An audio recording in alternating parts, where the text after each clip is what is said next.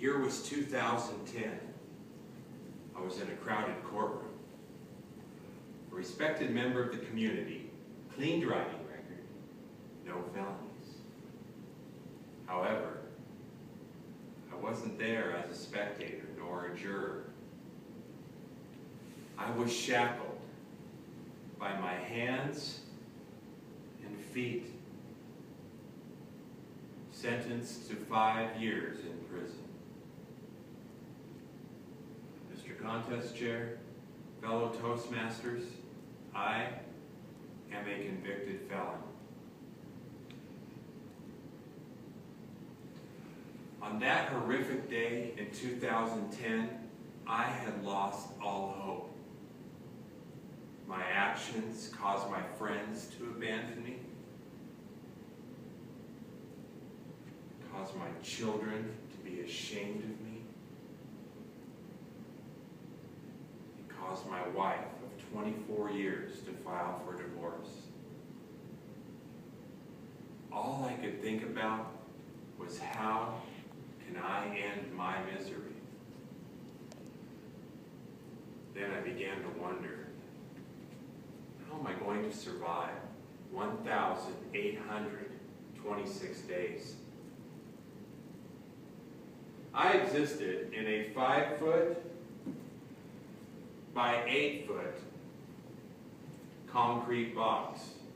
A box shared with 2 others, plus an often overflowing toilet up to 23 hours a day. Herded like cattle. Scorned when asking for simple things. Toilet paper.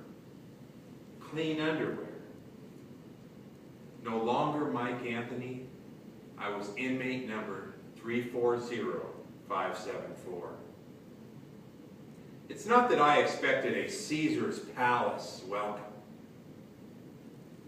I had committed a crime. I deserved the time. It was just so shocking to be treated like such a non-entity. In the cell next to mine, Carlos, a young man of 24, after hearing that his girlfriend had ended their relationship, took his bedsheet, tied it around his neck, and hanged himself. In prison, when someone dies, all inmates are ordered to stop movement. At my cell door, I watched them cart Carlos's lifeless body out of my unit, and I envied him. Other guys were yelling things like, "Hurry up!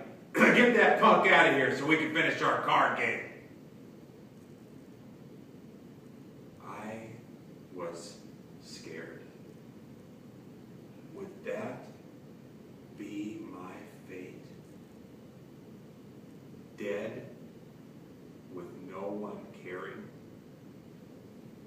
I had failed as a husband, failed as a father, failed as a son. Was there any hope left for me? My cellie mentioned Toastmasters. What's Toastmasters? It's a speaking club, dude. Volunteers come in and treat you like a real human being, not a number. You ought to check it out, man. With trepidation, I stepped out of my cell and signed up. The volunteers, Brenda, Sean, Nancy, Pam, were respectful, treated me with dignity, and made me feel welcome. Drowning in a sea of despair, Toastmasters threw me a life preserver, giving me a glimmer of hope and something to look forward to week after week, making the remaining 1,687 days bearable.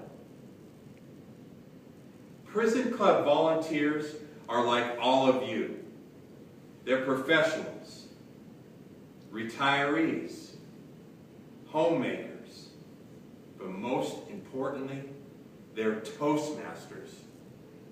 Prison Club volunteers invest into those lives that have been wrecked by the storms of life. The volunteers are the lifesavers within the walls. In that courtroom, I had lost all hope.